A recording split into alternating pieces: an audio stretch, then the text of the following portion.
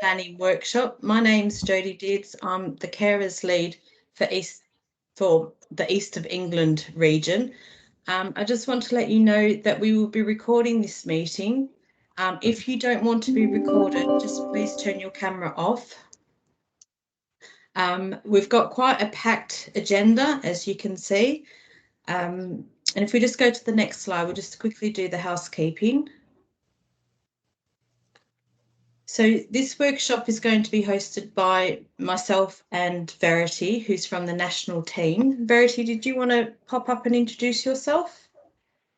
Yeah, hello everyone, welcome to our workshop today. Thank you for taking time out of your busy diary to spare the time to have this conversation. I'm Verity and I work in the National Commitment to Carers team at NHS England and Improvement, working closely with Jodie on the long-term plan deliverables for unpaid carers. Okay, so just to let you know, as follow-up from this workshop, we would like to get in contact with you and keep you updated in what's going on. If that's something that you don't want to do, just let me know. I'll put my email address in the chat box at some stage, so you can just contact me. And we're just doing introductions in the chat box as we go. So what we wanted to do very firstly, if we do the next slide, we wanted to start with a carer story. So this is about, it's a story from a carer that I recorded recently, and it's about what contingency means to her. So we'll have that next. Thank you.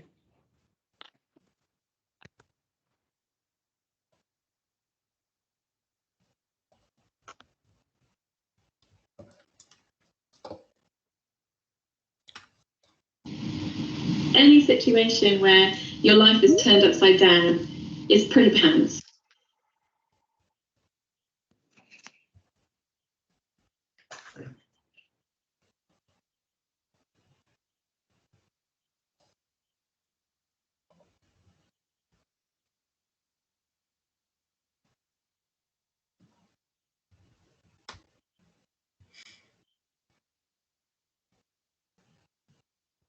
A little technical issue, just bear with us. My trusty assistant, Steve.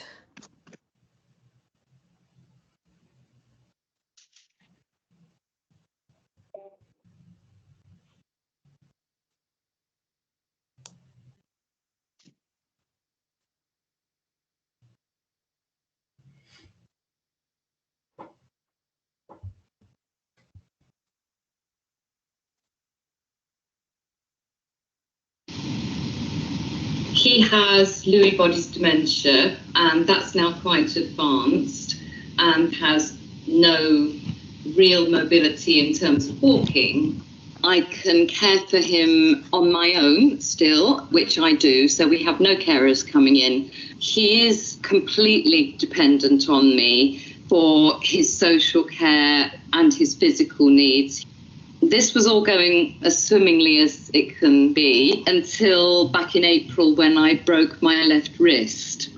I was walking the dog, slipped over, went down on my hand. It's obviously not a major injury, but at the time it was excruciatingly painful. As I was at the hospital, I said, I don't know what I'm going to do because I'm a carer. And they said, oh, you know, you'll obviously need somebody to help you, at least initially. And they acted very quickly. They referred me that day to the rapid response team, which is an NHS team, and assured me that they would be able to respond. So that was on a Wednesday. Thursday morning, I had a call from them.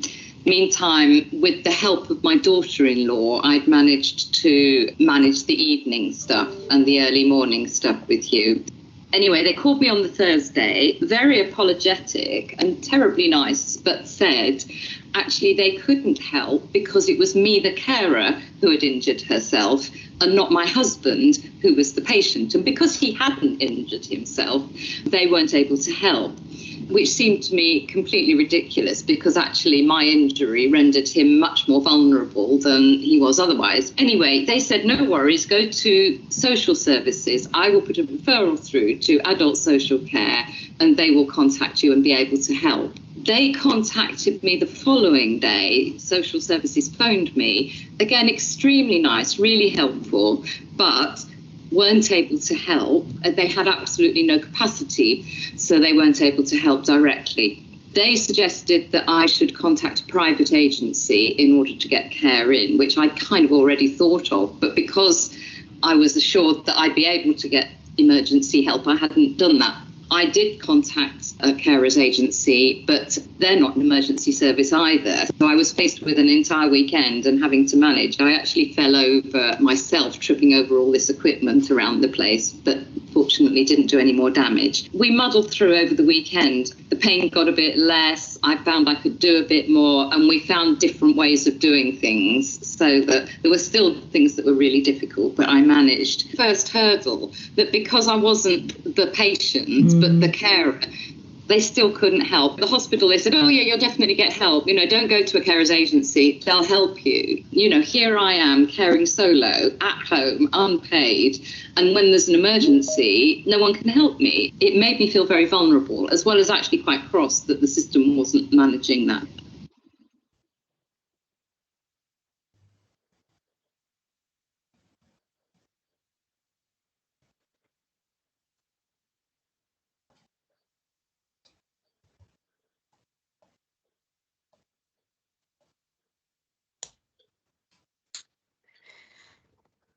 So thank you.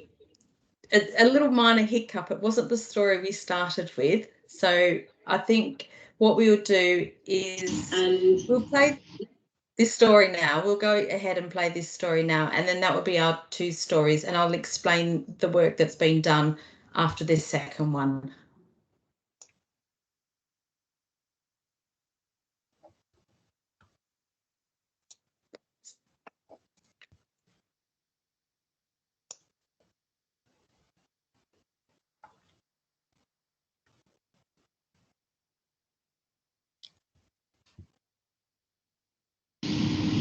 Any situation where your life is turned upside down is pretty pants, and no one prepares you.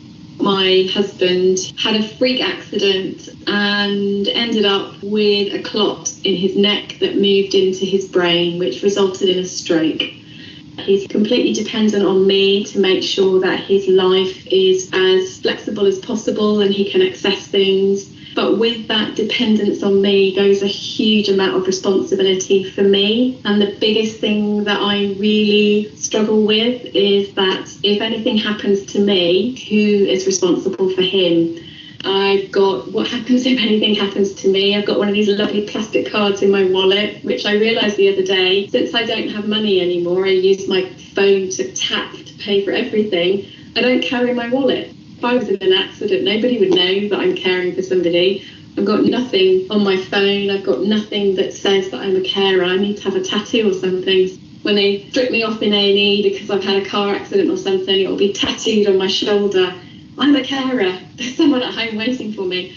I've got sitting in my inbox at the moment is the revision that I need to do. But the biggest challenge I find is that every time I have to talk about my husband's disability, every time I have got to tell somebody why it's challenging and why it's difficult and why there needs to be this certain level of care being put in and what needs to be picked up, I have to go through all the disabilities. I have to go through everything he can't do. I have to re-engage with how disabled he is and how life has changed completely, just so that somebody has that information, so that if anything goes wrong, that person who then becomes responsible for Graham, that they know what they're doing. Got to make sure that he's safe if something happens to me. But it's really hard to get all of that information in this short little plan, because every day I'm with my husband is different. Every day I don't know what his anxiety is going to be like. I don't know if he's going to be able to take his medication or not. I don't know if he's going to be able to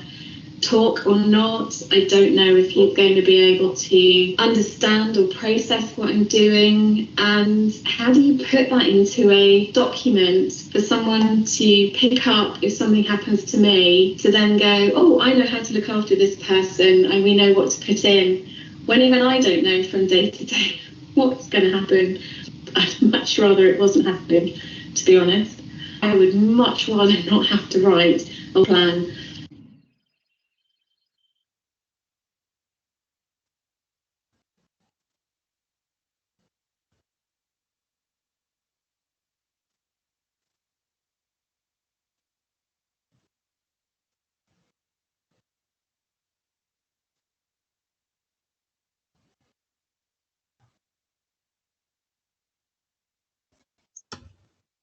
So I'm not quite sure if that was patchy for everybody or not. And apologies if it was for me. But there are two stories that I recorded, two completely different stories for carers. And I think it just goes to show, when you say to someone, what does an emergency or a contingency mean to you? People have got very different ideas. But I think both of those carers have quite valid points, and why the challenges exist around emergency and contingency. So I'll hand over to Verity while she explains the long-term plan, which I think her camera's just died, she's told me. Are you there, Verity? Okay, so maybe I'll continue this section. So the long-term plan clearly outlines that carers shouldn't be alone to deal with their own emergencies. They've put quite an ambitious number, so 100,000 carers will benefit from contingency planning conversations. And what they want is that conversation to be recorded in the summary care record. So the summary care record, for those that don't know, is a digital platform that everybody that shares the records throughout health. So as we know, Verity's having trouble with mute, that contingency conversations often happen in the local authority. So we need to think of a way how we can have joined up conversations so that everybody knows that either an emergency plan or a contingency plan exists. Can I have the next slide, please?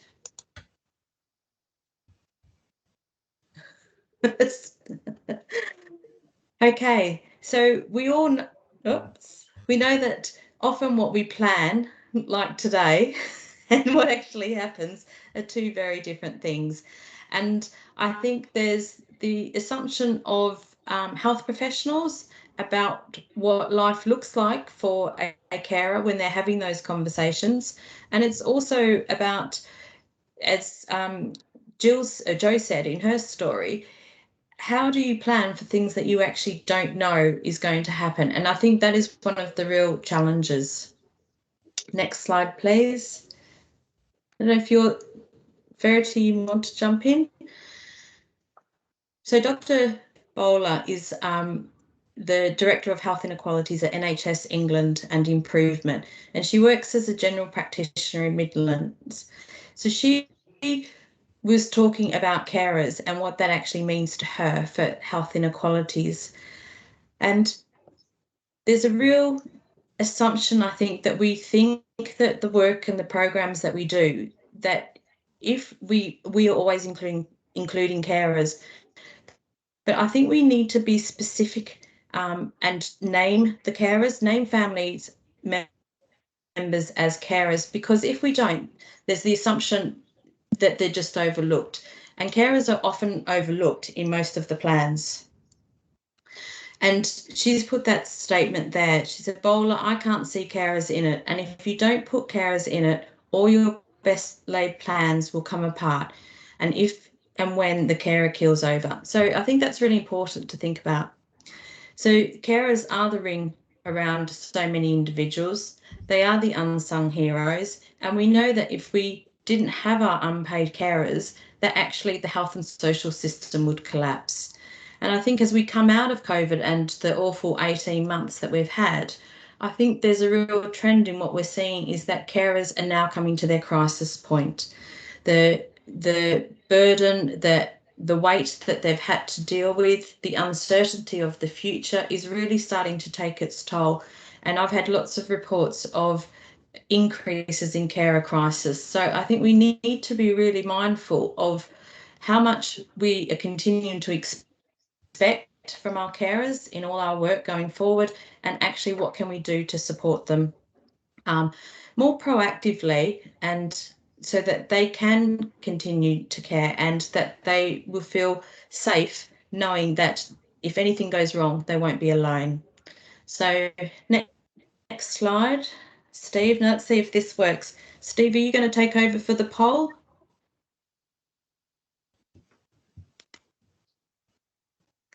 So I'm here, Jodie. Sorry, I was just putting the polls up. So there we go. You've got 2 questions, and if you can answer the first question, please, which is which ICS are you within? I apologize. There's no option to put other at the bottom. If you can put that in the chat box, please, so we can collect that. There is 2 questions. I'll just bring the other one up.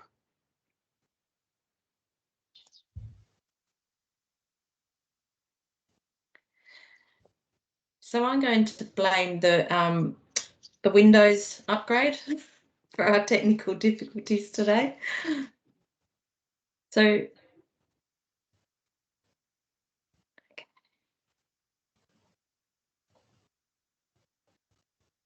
we're just asking in the chat box. Sorry, I don't know if you heard Steve because it was patchy when I heard him. So I'm assuming everyone else it was patchy. If you could just fill in from what locality you're from.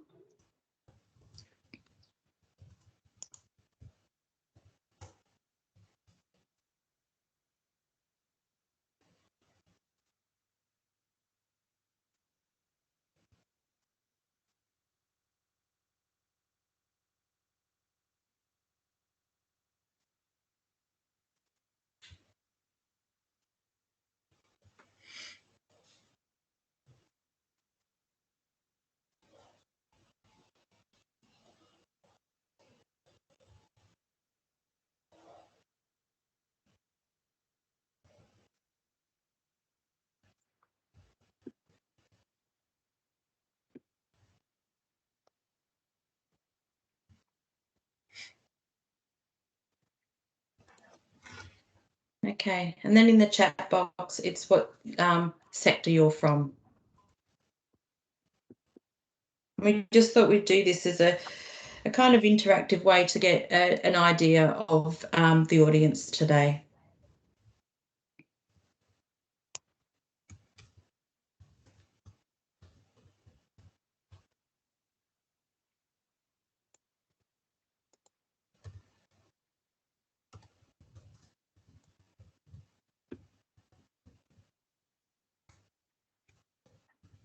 I think that's everybody, Jodie.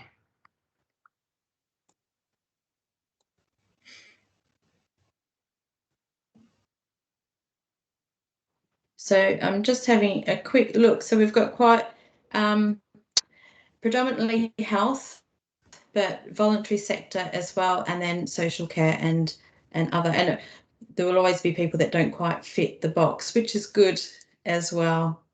So, and Andy, of course, you cover quite a few. So, okay, so if we go to the next slide, please. So we were going to do Jill's story at this stage. So Jill was the one who was caring for her husband who fell over and broke her hand. And despite both health and social services and private sector saying that they would be able to respond as an emergency to her situation, they actually couldn't. So her story was used as part of a work program that's been done in Surrey. So I'm going to introduce to you Watkins on the call. Thanks, Jodie. Hi, everybody. And Adam's going to do the Sorry, I think the sound sometimes is a bit patchy. So if anyone's having trouble hearing me, just find a way to let me know, maybe in the chat. I can't promise that I'll be able to do anything about it, but at least we will know. So thanks very much for having me today, everybody. I am one of those others on those polls. So I do work in Surrey Heartland's integrated care system in a joint health and social care post, leading the carers programme with colleagues there, and with a particular focus for me on carer emergency planning. Now you'll notice it says contingency planning in my old job title and emergency planning on the front of the slide. I will get to that. If I could have the next slide, please, Steve.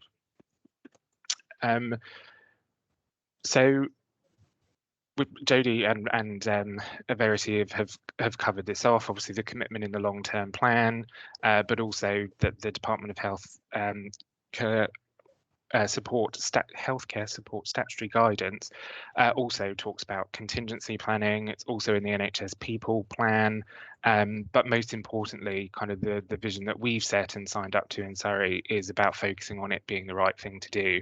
And I think that's already come across quite strongly in the 2 stories that Jodie has already shared this afternoon. So if I could have the next one, please, Steve. So we set about this work at the beginning of January last year, or rather the team did. I wasn't there at that time, and started off, as we often do, by thinking about what the challenges were. And I think they're relatively universal, but just this presentation comes with a bit of a health warning. This is very much about the work that we've done in Surrey. We've tried really hard to learn and share with others across the country, and thanks to those that I see on the call who have already put up with those kind of conversations with me over the last few months in particular. But I think it's really important to think about what the challenges specific to kind of your areas may be, because they might look different. So we were thinking about a process that fits with the providers across our system, including the Frimley Integrated Care System. As with many, we have a complicated geography in Surrey. So thinking about consent and how we share the information, how do we review these things and keep them up to date, especially as we know that caring situations can change incredibly quickly. Thinking about young carers, so asking ourselves the question of how do we accommodate them within this service with the whole family approach, or should they have their own emergency plan? And of course, resourcing and linked to that very much around scale. If you could move on, please, Steve. So we do already have some things in place in Surrey.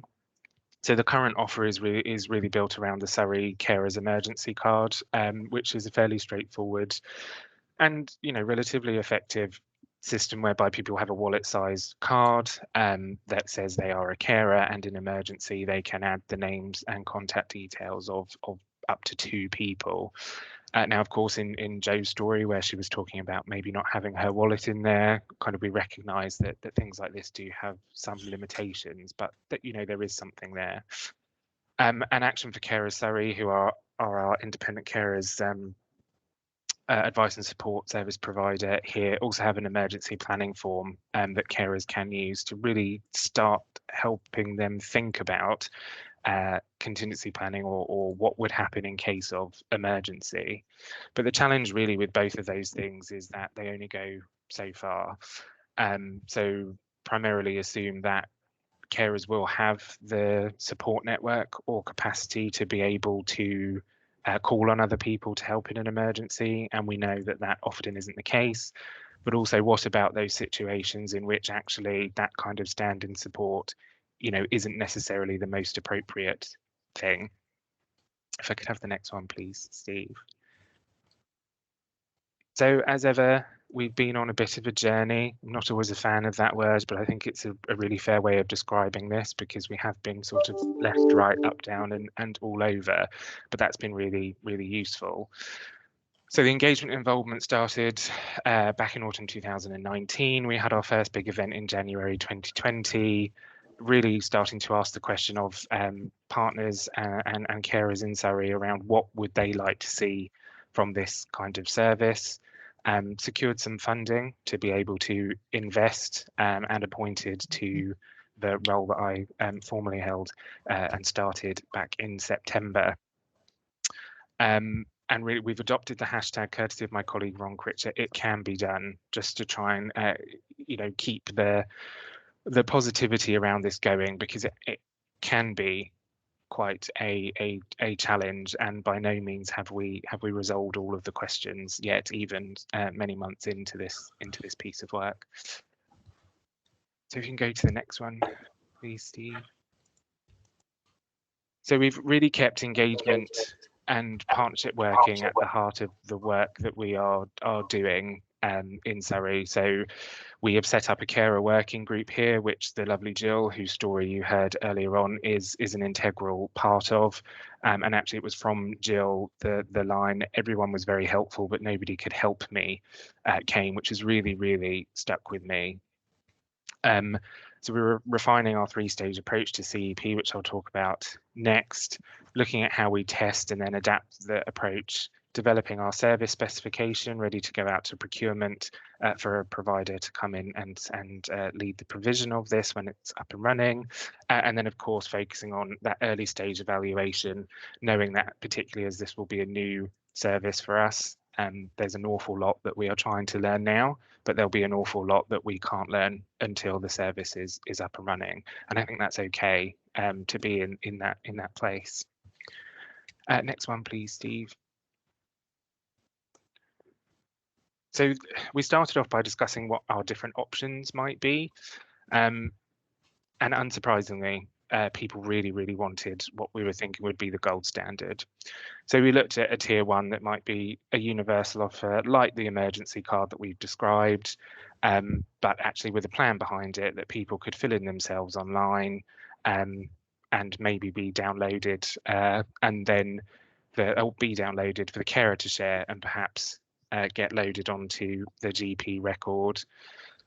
The kind of tier 2, as we were referring to it then, was really about building on that offer and maybe putting behind it some emergency cover that we could put in behind that. So that would be through EDT, out of our services and safe haven. So using a strengths-based approach to that emergency cover. But really where we landed was on what we're calling the tier 3, the high level, which is actually about having some replacement care that we would be able to provide and fund behind that.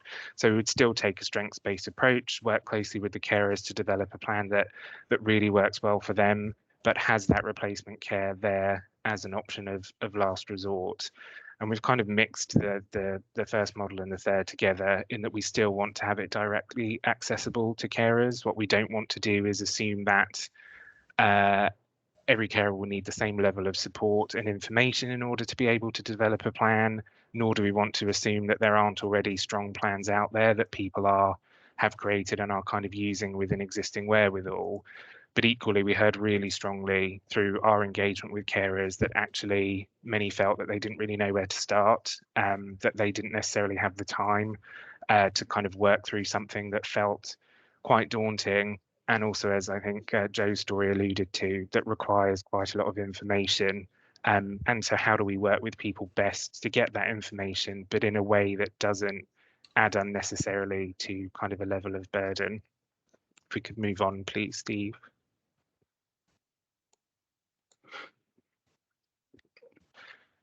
So that's led us to develop the offer that we are working towards commissioning now, which is a strengths-based carer emergency planning service. So we moved away from the word contingency for this particular service, and that came through very strongly from the carer working group that we have here, because the service we're talking about is very much focused on the emergency situations. As Jodie has already alluded to, and I think it's something that will be picked out through the further discussions this afternoon, is around what does contingency mean to people. And in conversation with some of my colleagues in social care, their view is that it's a much broader look about what plans can you put in place to enable carers to live as well as possible, and that would include to manage in situations where something unexpected might happen, like a district nurse may not be available to attend, or their planned care provision may be delayed, etc. What we're looking at here is the kind of the very emergency situations, such as the ones that Joe and Jill have both described in their stories. So we're developing some guidance for the activation of plans and thinking particularly about what are those situations where replacement care may be necessary and where we would put it in. And we're talking about up to 48 hours of replacement care there, which may be non-consecutive. So if I use Jill's story again, for example, actually in conversation with her, what Jill really needed was somebody to come in for a few hours each day at key points, probably the beginning of the day, the end of the day, to assist her husband and her with the task that she was unable to do in the way she normally would as a result of her accident, rather than, you know, a solid 48 hours. But that may be the case for other people. So having a degree of flexibility in there around that.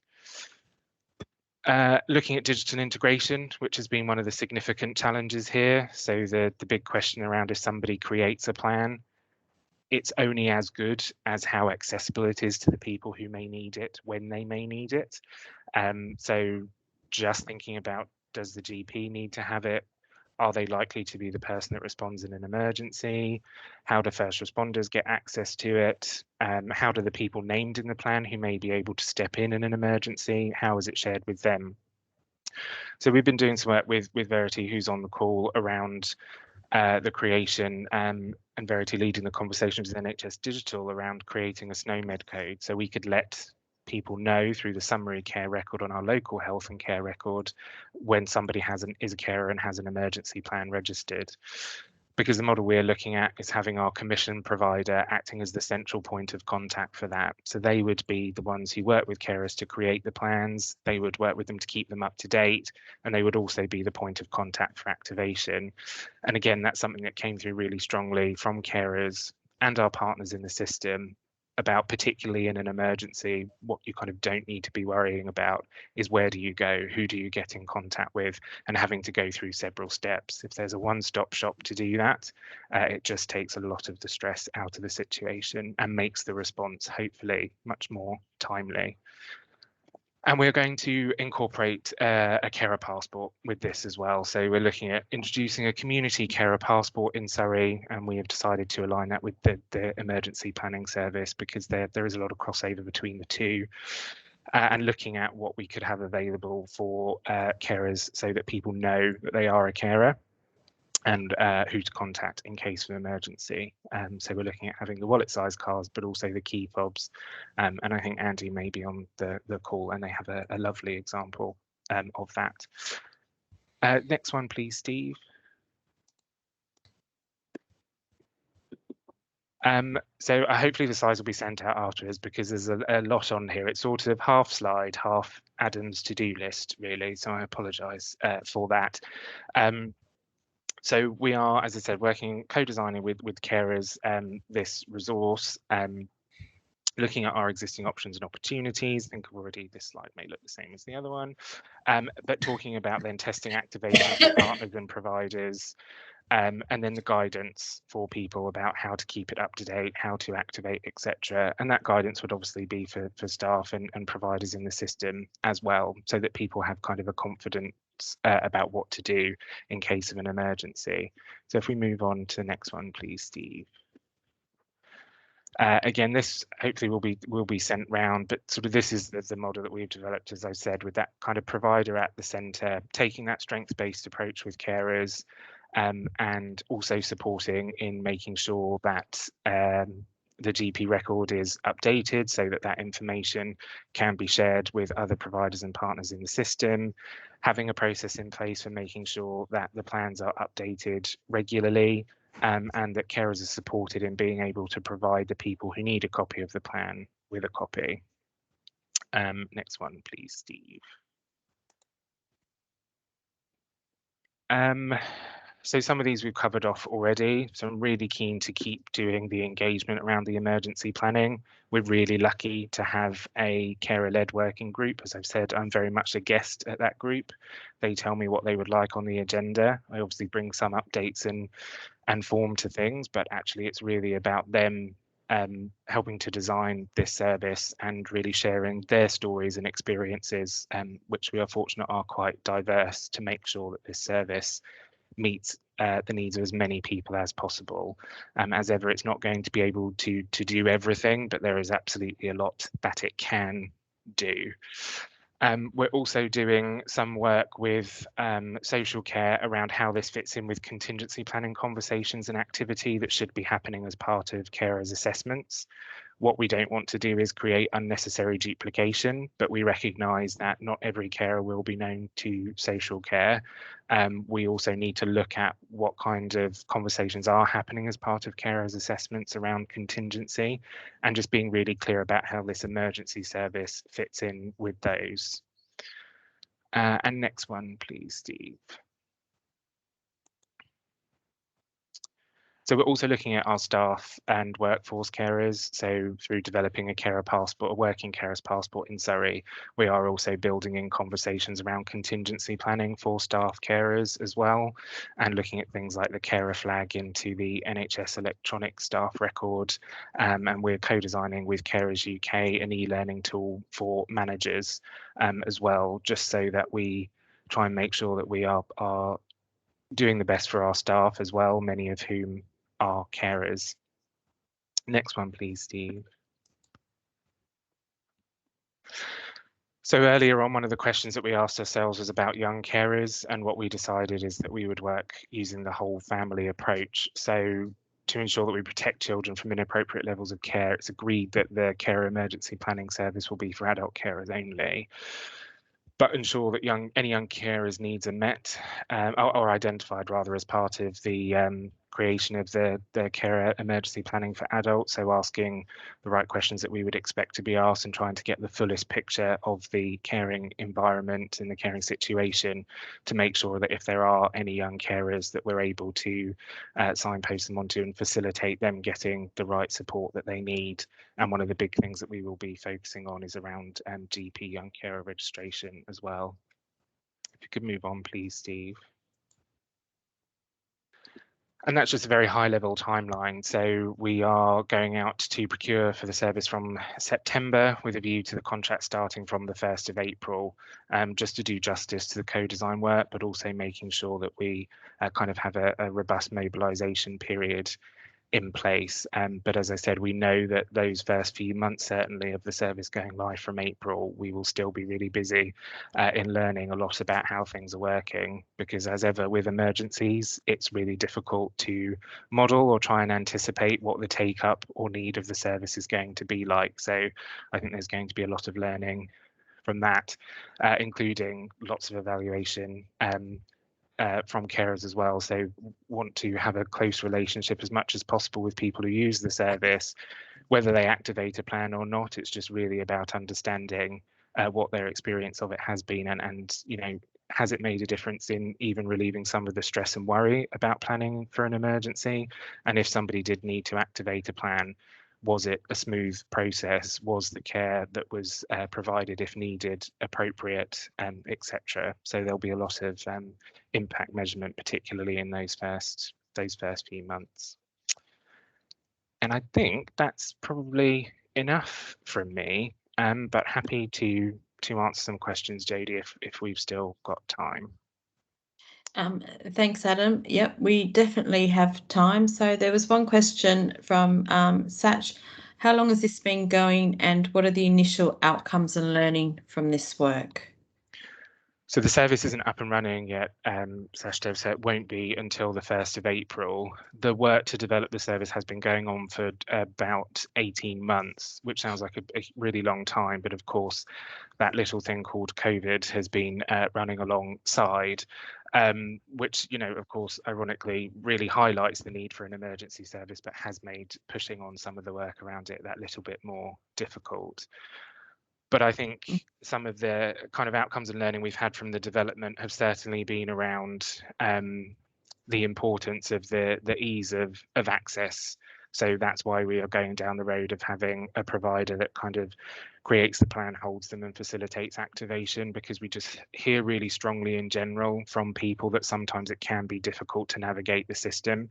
And at a time of emergency, that's, you know, it shouldn't happen anyway, but at the time of emergency, we absolutely don't have space to have that sort of concern in there. So that was one of the big learnings. And the second one is, I think was some kind of concern that actually there would be potentially really big demand for the replacement care. And of course, we don't know that there won't be. But I think what a lot of carers that we've worked with have made really clear to us is that actually what they need is somebody who can work through creating a plan with them, who can help them think through the things that they kind of need to think about, or it might be useful to think about.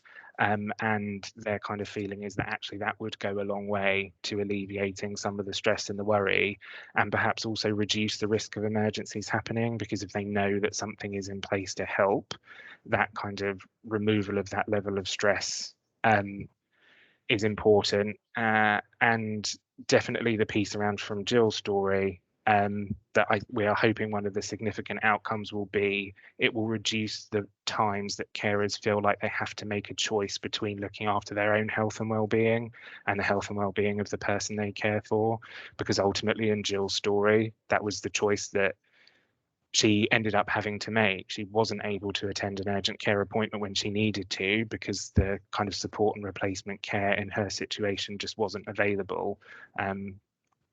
But happy to keep sharing as this all develops. So the more we learn, the more we'll share. Thanks, Adam. I think it's really interesting. Andy, you had your hand up. I don't know if you still wanted a question. And it wasn't so much a question. I was more going to sort of just come in just about some of the what we've seen in terms of the learning. So I think what Adam was saying around the demand, I think there is that concern that the floodgates will open. But I think we found actually the number of activations compared to registrations is often really small. And just interested to what Fiona said in the chat. I think for us the way we've done it is making sure we've got staff sort of rotated in to be able to respond to that demand, and that can only go so far. So for example, last Thursday we had 5 activations in one night. We couldn't meet the demand for 5 activations in one single night, but actually by having really close links between our domiciliary care part of our organisation and then also our carer support side, meant that actually we could work really closely to say, well, actually, okay, they need support right now, whereas actually they need support first thing in tomorrow morning, or actually it's more a carer crisis. So just that sort of link between the two has really helped us. But as I said, more than happy to share our sort of learnings as well if it's helpful at any point. Yeah, so I didn't really introduce you, Andy. So Andy's from Caring Together, and they have an emergency plan which is offered for 72 hours. And that you're Cambridge, Peterborough and Norfolk, aren't you, Andy? So the what if is for Cambridgeshire and Peterborough. The Norfolk County Council do it in-house. So. Yeah, so that's the terminology again. So if anybody would like to speak to Andy or want me to do an introduction, I charge £5 for any introduction. No, only I know Andy's been really good in sharing a lot of his knowledge, and so has Adam. There is a question, Adam, was that Jenny put out, I'm just trying to find it, that it wasn't linked to carers assessment. Is that the case or not? No, and I did mention carers assessments, but sorry if that didn't come through clearly. That I think is, as I might have mentioned, is something we're still working through with social care partners. So it does need to link in with carers assessments, but it's about finding the place here for where this emergency service sits within the contingency planning conversations that should be happening as part of carers assessments. And the view in Surrey is that those conversations are broader than just emergencies, although emergency is an element of that. And I think a lot of this comes down to how we can share information between services, which is often, as we know, a significant challenge, but there has to be an answer to it. So that's a piece of work that we are doing at the moment. And pleasingly, our social care colleagues are coming to do some work with the carer-led working group to talk about what the experiences are of contingency planning conversations in carers assessments already, so that we can work together to try and understand how we can link those things up better. I think that's what you've done quite clearly, isn't it? You've really defined what it is that you want to deliver, and it is the emergency. So, and the emergency is that short-term care and not the contingency, which from what carers tell us is more about that future planning. So I think, and that's made it easier for you, hasn't it?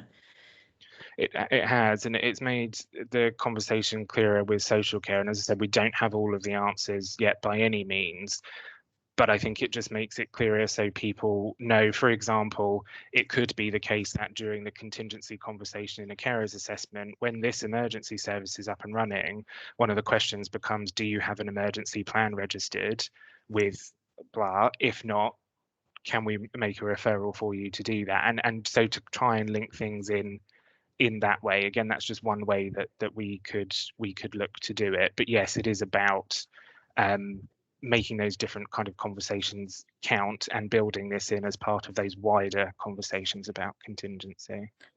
Thank you. I've got a question from Laura Green. Well, she's got her hand up. Hi, I'm Laura Green. I work for Cambridgeshire County Council, and I've worked really closely with Andy over the years as well. It was just a couple of reflections really, because this scheme has kind of grown over a period of time. Originally, you did have to have a carer's assessment in order to access it, but we changed that because we really wanted to open it up more broadly. And I think Adam recognised in his presentation that far more carers are not ever known to adult social care than are. So actually extending it out to anybody who felt they would benefit really was a positive thing to do, and it takes away any kind of bureaucratic eligibility criteria, because actually, as Andy's described, you don't always need somebody flying out with a cape on, you know, to provide support. Often it's about talking to individuals about what's within their network that they can utilise, and it can even be telephone support at times. I think the other piece of learning over the course of offering this type of scheme in our area as well is the value in collecting lots of complicated information, because again, people's needs can change rapidly. What's really accurate and detailed and relevant this week might not be in 2 weeks' time. So I think over the course of time, the level of information that's collated and saved has reduced down to the kind of essential information that's needed. And I think where Caring Together are really strong is that they have really experienced dynamic assessors who can go out in the middle of the night and do that dynamic risk assessment in order to provide the right care, rather than investing quite a lot of resource into collating information which actually may never be used, because as Andy describes, often the plans aren't activated. There's a huge value in the peace of mind. So I just thought that was perhaps relevant and useful to share with others that are going down that same route. Thanks, Laura, and I think that's really important. That we will talk about workshop that we had with carers. Could probably just talk about it now. So I think it's on the next slide. We had a workshop with carers recently, a couple of months ago, about a couple of weeks ago, about the carers, what they thought about it, and it was the amount of information that had to be recorded was one of the, I think, issues. And I think when you are talking about an emergency plan, you don't need the extensive plan or the extensive content. It really is just what those bare minimum facts are. So if we go to the next slide, and I'll get muted myself, Verity's back, and then she can talk about the themes from the workshop. Thank you, Jodie. I'm back. My sound is back, but no camera, so sorry, everyone. So as Jodie said, we had a workshop a number of weeks ago with carers from your locality, and it was a really good mix of carers in terms of they were caring for people with a variety of needs. So there was some carers who supported people with mental health issues, and there were people who supported individuals with LD and autism. There was a huge spectrum of carers who were able to give us some feedback in terms of their kind of view and experience of carer contingency. And one of the strongest themes, which Adam has touched upon and has Jodie, was about how much language matters here. So there are a variety of kind of terms and words used to describe what is essentially replacement care. Now that includes kind of the long-term future planning, as Jodie has alluded to. So thinking about a situation where you cannot provide care anymore and putting steps in place so that the individual you care for has replacement care and or is more able to kind of look after themselves with wraparound care. There's also the carer contingency planning, which might be slightly more long-term, thinking about, for example, the joys of COVID, if you have to isolate for 2 weeks and can't provide care for that individual. And then the emergency planning, And I think there's something about a kind of a consistent language so that carers know what we're talking about and what the offers are. The other thing that came up was really clearly was trust. So carers didn't always feel like they were listened to or trusted as the person who knows the one that they care for most. And they felt that actually for contingency planning to work well, that had, or emergency planning as it were, had to work well, that must be in place. The other thing that came through really clearly was a sense of what's the point. So some quotes were kind of around, I've got a plan, but I've got no one to share it with. So what's the point? And those carers who did have a plan, though, they found kind of creating it really challenging, and the upkeep overwhelming, linked to what was just kind of said in terms of it's out of date almost as soon as you've written it in some instances. Lone carers just didn't know who to share that with.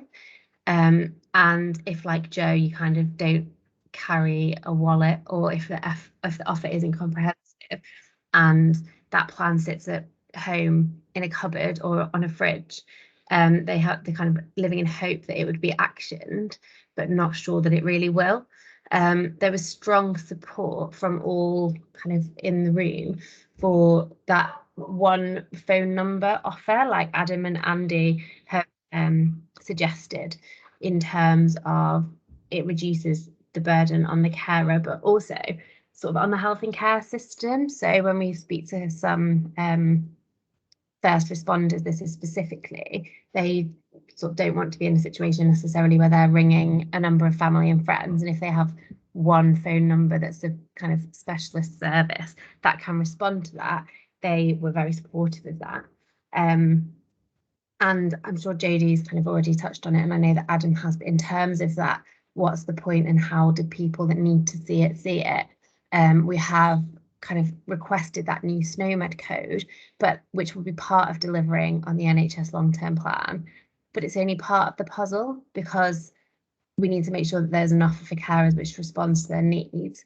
And then also primary care knowing that that code exists, and then also how to use it so that health and care professionals are able to access the information as and when they need it, which will then kind of, they're the gatekeeper to the rest of the health and care record with regard to the summary care record.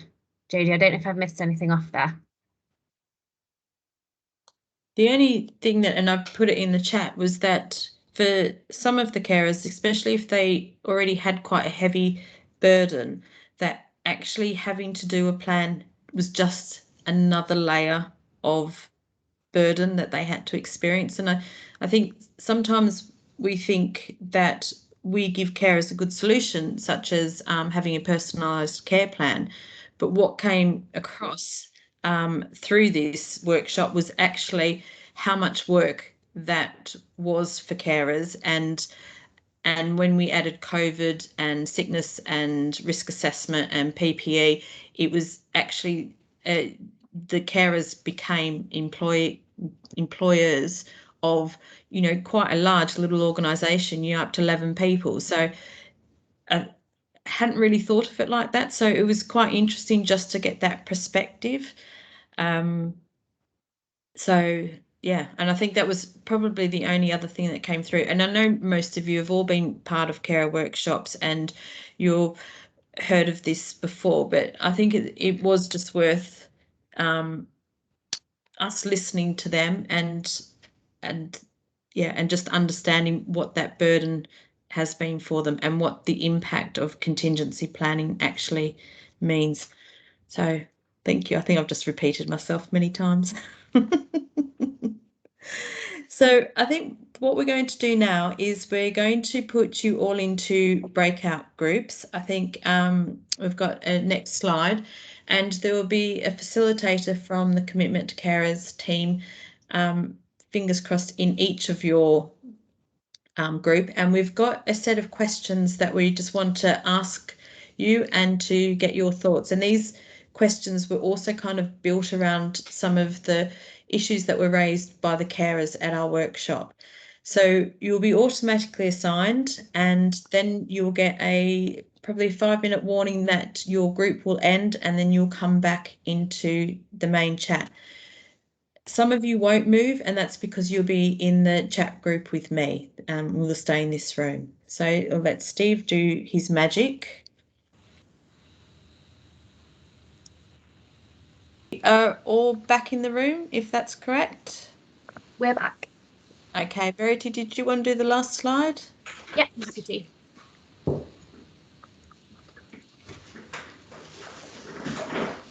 So firstly, thank you so much everyone for coming today and sharing all of your kind of insight, feedback. Adam, thank you for sharing the amazing work that's happening in Surrey, which we can all learn so much from. And then equally, Andy, your work in Peterborough and Cambridge. In terms of the next steps, Jodie will share the recordings from today. And we're hoping that this is the beginning of a conversation to deliver on the kind of long-term plan commitment that Jodie kindly covered for me in the beginning. To kind of as an enabler to that, we're currently requesting a new SNOMED code to kind of ensure that there is a way of recording this information consistently across the country, and that wherever a carer presents, wherever in the country, and whatever health and or social care service they present in, that is accessible. I'm sure that you can have the slides. Adam said that he hoped the slides were being shared, so we'll circulate the slides too. And the other thing that we are working on is around commissioning jointly, which is a Carers UK app, which has a contingency planning element within it. So commissioning that at a system level to enable all carers to create their own contingency plan, and doing communication to primary care around that offer and the SNOMED code, so that they are able to record that information on a carer's primary care record. Now we recognise that's a digital offer and it won't suit everyone, but it is a consistent way of enabling carers to have access to that. And I'll hand over to Jodie, who's got a request, I believe.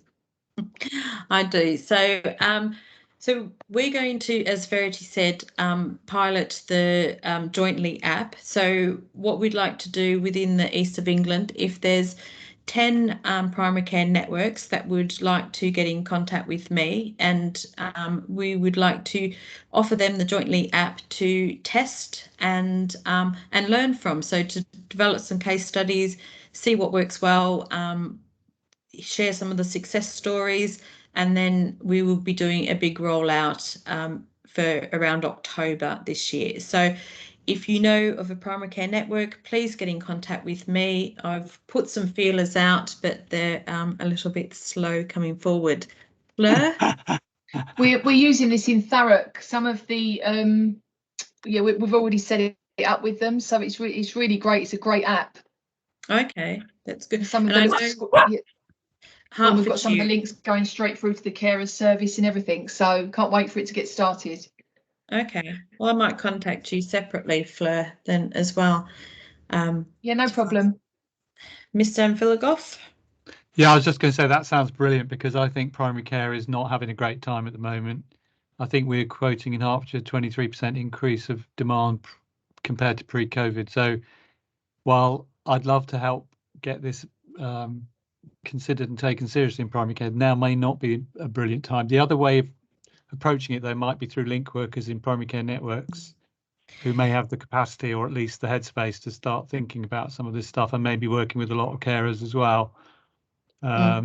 So that might be a better way in, I think, but we can have a chat offline if it's helpful, Jodie. Yeah, I have emailed Marianne about doing the link workers, because I agree. I think that might be a way in. So it's still done in primary care, but actually through the social prescribing network. But we can continue this conversation. I'll keep all of you up to date on our plans. Can I say a huge thank you for your attendance, your time, your conversation, and your enthusiasm. So thank you very much. Thank you, everyone. And bye. And thank you. Thanks to Adam. Thank you. Thank you. Thank you very much. Bye. Bye. Bye. Thanks. I'm gonna